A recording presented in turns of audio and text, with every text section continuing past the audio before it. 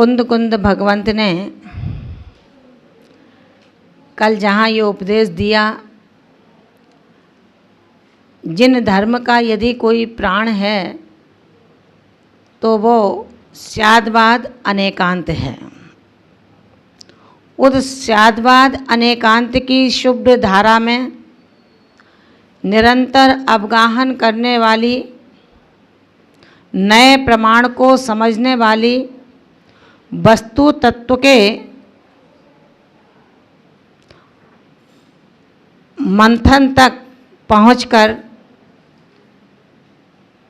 आत्मरूप नवनीत को प्राप्त करने वाली आत्मा अज्ञानमयी धरातल पर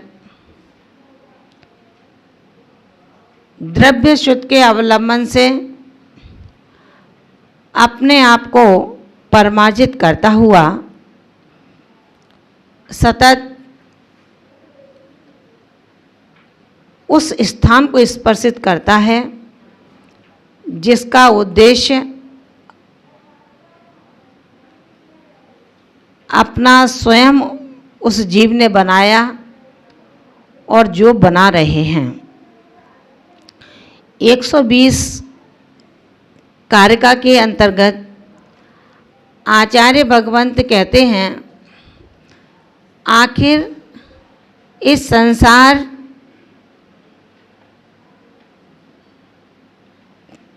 के पुनरुत्थान का और संसार के पतन का बीज क्या है? कौन सा ऐसा भव बीज है जो इस जीव को इस भव से उत्तीर्ण कर देगा, और कौन सा ऐसा भव बीज है जो इस जीव को इस भव समुद्र में तारने से अनुत्तीर्ण कर देगा? आचार्य भगवंत कहते हैं, किम जाने ऊण सयलम तच्चम किच्चा तवं च किम बहुलम सम्मबिसो हि विहीणम णाण तवं जाने भवो बीयम। उन्होंने कहा, शैलम तच्चम जान ऊण किम, संपूर्ण तत्वों को जानकर किम यानी कि क्या लाभ है, च यानी और, बहुलम तवम किच्चा किम, और बहुत प्रकार के तप करने से भी क्या लाभ है। सम्य विशोहि विहीणम, सम्यक्त की विशुद्धि के बिना, सम्यक्त की विशुद्धि से रहित, णाणम तवम भव बीयम जान, ज्ञान तप को भी संसार वृद्धि का बीज जान। इतना तप, इतना ज्ञान, इतने व्रत उपवास, इतना काय क्लेश, इतना मौन, इतने नीरस, हे साधक, जब तक सम्यक्त की विशुद्धि नहीं है, सम्यक्त से तू परिणामों को विशुद्ध नहीं कर पा रहा, तब तक इन सब तपस्याओं को, बाह्य अंतरंग तप को तू सिर्फ संसार वृद्धि का बीज जान ले। संपूर्ण तत्वों को जानकर तुझे क्या मिलेगा? जब तक परमार्थ की सिद्धि के लिए आवश्यक क्या है? घर से मंदिर जाना है, घर से दुकान जाना है, घर से मित्र के घर जाना है, घर से किसी स्कूल में जाना है, घर से गुरु दरबार में जाना है, तो याद है ना, घर छोड़ना होगा। जब घर छोड़ देगा तो जहाँ उद्देश्य बनाया है वहाँ पहुँच जाएगा। और जब घर नहीं छोड़ा और केवल मुझे गुरु चरणों में जाना है, मुझे मंदिर जाना है, मुझे ऐसा करना है, मुझे वैसा करना है, तो आत्म कल्याण के इच्छुक मुमुक्षुक आत्मा कभी केवल शब्दों से अपने मंजिल और इमारत को खड़ा नहीं करते। अपने मंजिल और इमारत को खड़ा करने के लिए उन शब्दों के साथ साथ शुभ भावनाओं से जुड़ना होगा। शुभ भावनाएं जो मुझे शत्रु और मित्रता में अभेद बना देंगी। शुभ भावनाएं कंचन और कामनी में कहीं राग की लिप्सा नहीं रहने देंगी। मान अपमान में समत्व प्रदान करेंगी।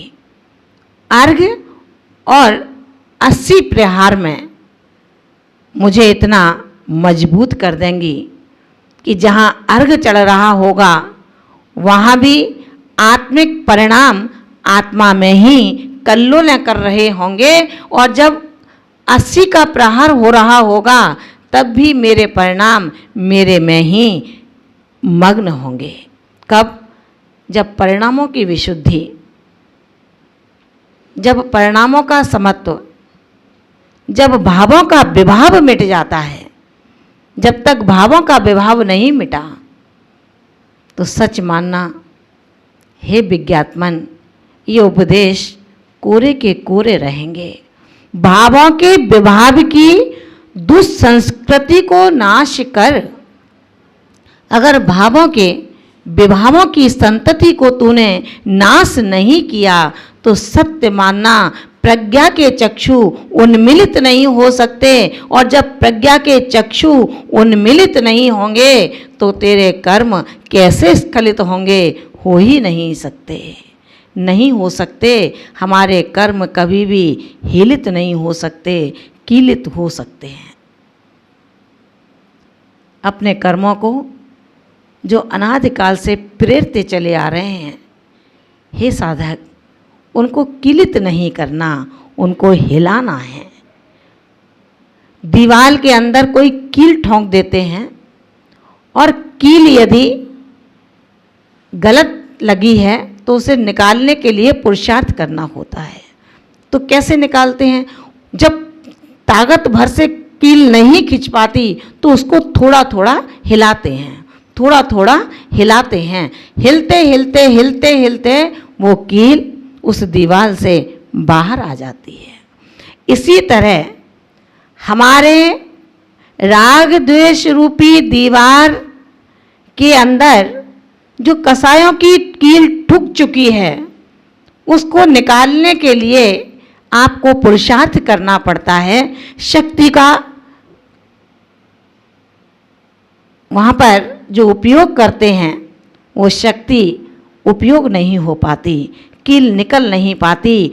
आचार्य भगवंत कहते हैं तू पूरे कसाय की जड़ को मत हिला, उसके टुकड़े कर करके हिला। पहले क्रोध को हिला, फिर मान को हिला, फिर माया को हिला, फिर लोभ को हिला।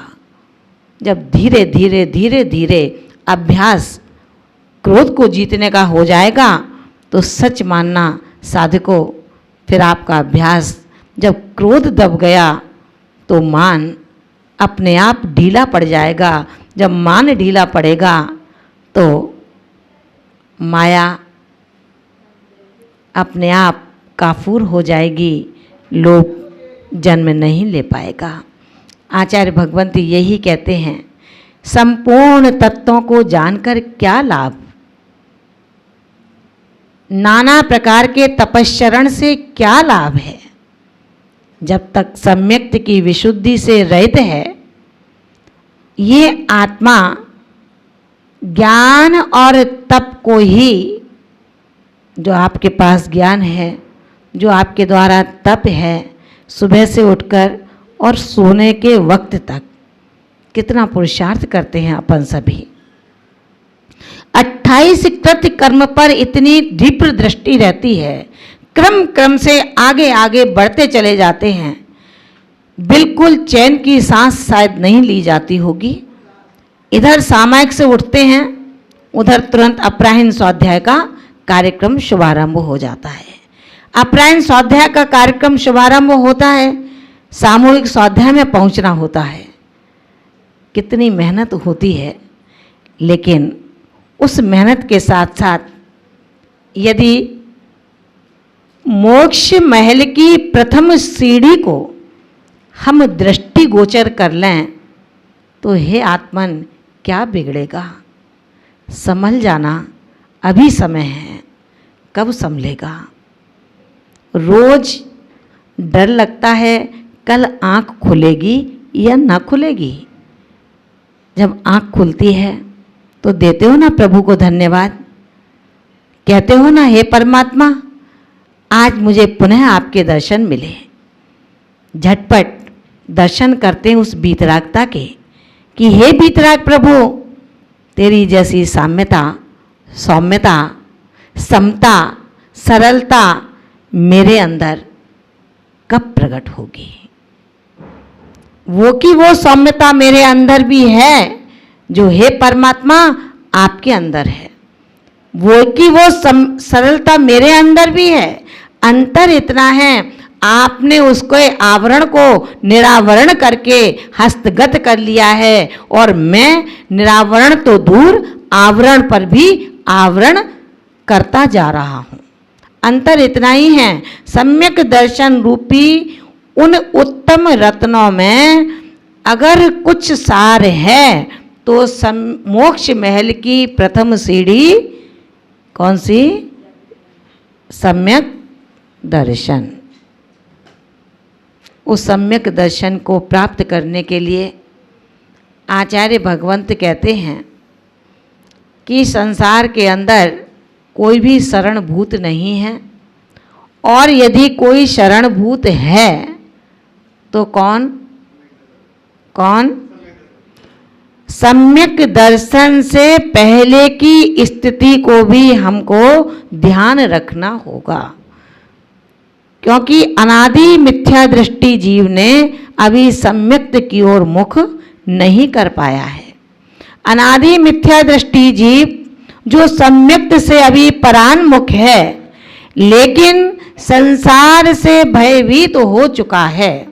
संसार के जन्म मरण के दुख संताप से अपने आप को क्लेशित समझने लगा है।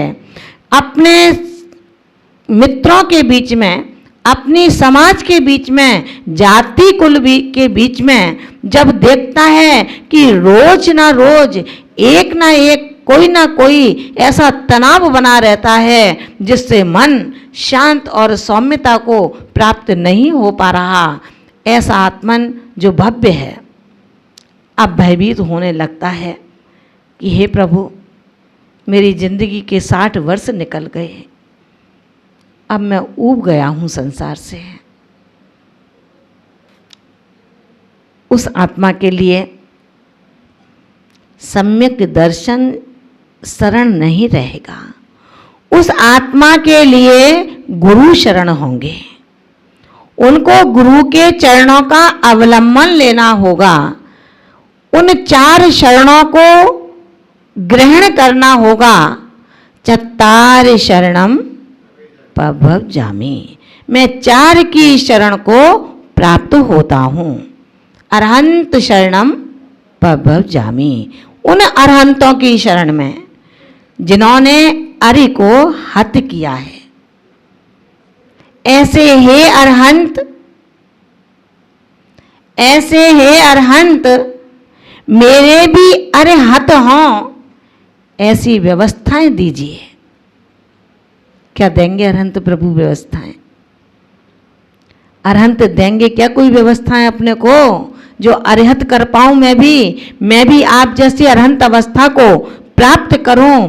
अरहंत व्यवस्थाएं नहीं देंगे, लेकिन अरहंत की वो प्रतिमाएं, अरहंत की वो मुद्रा हमें प्रेरणा देगी कि रे साधक, बस अपने चर्म चक्षुओं से तू अपने आप को देख। जब तू अपने आप को देखने लगेगा तो ये आँखें जो बहुत दूर दूर का देखती हैं, जो पास में आता जाता है वो धुंधला होता जाता है, वो जो दूर दूर होता जाता है वो स्पष्ट सा दिखाई देने लगता है। आचार्य भगवंत कहते हैं ये चमड़े की आँखें हैं, जो दूर होने पर धुंधला दिखाती हैं और पास आने पर स्पष्ट दिखाती हैं।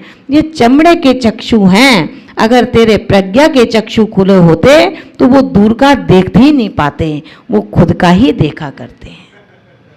प्रज्ञा के चक्षुओं ने कभी दूसरों को प्रज्ञावान नहीं बनाया। प्रज्ञा के चक्षुओं ने खुद की परिणामों को परमार्जित करने का प्रयास किया। इसीलिए रत्नकरण शापकाचार के अंतर्गत जब बात आती है कि इस दुनिया के अंदर श्रेष्ठ कौन है, अरहंत श्रेष्ठ हैं क्या, सिद्ध श्रेष्ठ हैं क्या, साधु आचार्य श्रेष्ठ हैं क्या, उपाध्याय श्रेष्ठ हैं क्या, आचार्य भगवंत कहते हैं ना अरहंत श्रेष्ठ हैं, ना सिद्ध श्रेष्ठ हैं, ना आचार्य श्रेष्ठ हैं, ना उपाध्याय श्रेष्ठ हैं। अगर कोई श्रेष्ठ है, सर्वश्रेष्ठ है, तो वो साधु सर्वश्रेष्ठ है। सच्चा रूप मोक्ष मार्ग का साधु है, ना आचार्य है, ना उपाध्याय है। ये तो उपाधियों से ग्रसित आत्माएं हैं, शुद्ध आत्मा तो साधु है।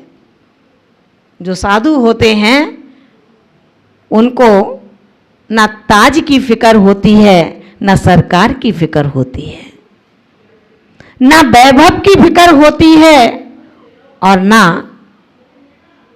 समाज की फिक्र होती है। फिक्र कहीं होती है तो सिर्फ अपने आत्मदेव के अन्वेषण की हुआ करती है। इसलिए उन्होंने बता दिया, विषयासा बसाती तो निरारंभ परिग्रह ज्ञान ध्यान तपो रखता तपस्वी सा प्रशस्यते।